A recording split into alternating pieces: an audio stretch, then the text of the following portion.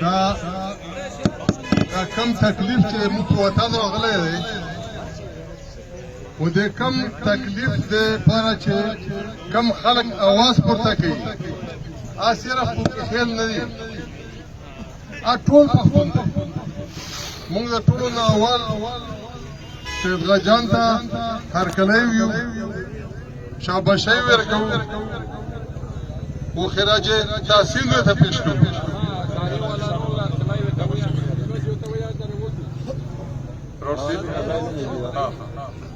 دا بهر نه د درې نه چې کوم عزیزان راغل هغو ته ستړی مه شئ خو هرکلی ورته ویو بخیر راغلو ستړي مه شو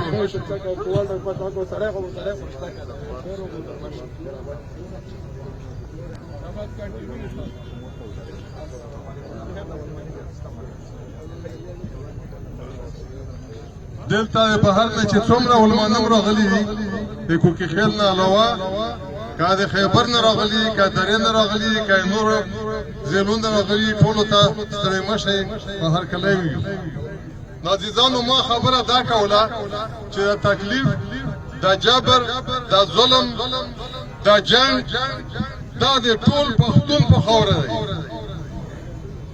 وی دغه علاج وی دغه حل بل نشته چې دا پښتون ټول یو نشي وته اکثر دلته د سرکار چې کوم سورسز دي که هغه مونږ په خلکو کې که هغه چېرته زه ټول ملکان او ټول سپینګري نه یادوم خو که کم دي پکې دا د دو حربي وي چې هغه همیشه داسې خبرې کوي چې تا کوم په اتفاق کې چې تا په منځ کې منافرت واچوي تا په منځ کې بې اتفاقي خبرې وکړي تا په منځ کې هغه خبرې وکړي چې فایده یې نشته او نقصان یې ډېر دی او وي هم د تا نه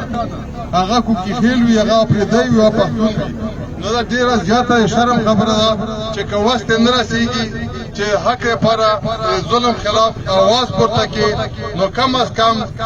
بیا نیت خو ورسره بد کړي چې څوک ظلم کوي که نیت هم ورسره نشي بدولی نو بیا د یو خلکو مخالفت خو مه کوه چې څوک حق لپاره په ځای کې په میدان ولاړ دي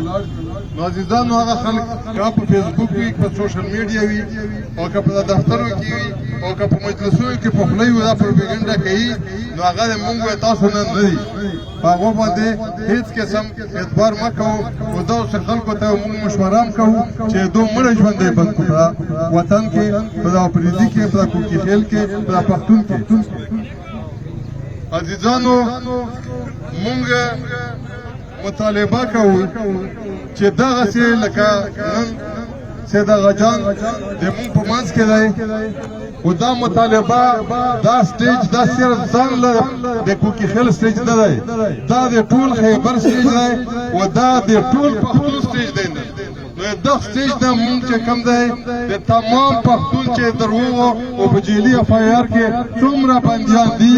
دا زر نظر مونږ مطالبه کوو چې زر نظر دی چې کوم دی حکومت رها کړي او کم از کم حکومت او بیا د عدلیې نه لکه څنګه کردار لګیا دا کوي عدلیې نه مونږ خوشحال یو چې مونږ هم چې کوم دی دغه وطن خلک یو آیین هم منو قانون هم منو ریاست هم منو او مونږ چې کوم دی د عدلیې زړور قدمونه هم منو نو مهرباني دې وکړي چې په کوم ځای کې ظلم کېږي که ظلم د دغه ریاست د ادارې طرفه کېږي که ظلم د یو مشر د طرف نه کېږي که ظلم د یو طبقې طرف نه کېږي پکار ده چې دا پښتون دا خلک حتی دا نه چې پښتون د ظلم خلاف پکار دی چې دا نور قومونه هم د موږ سره ودرېږي د پښتون نه علاوه زه یو ور بیا چې کوم دی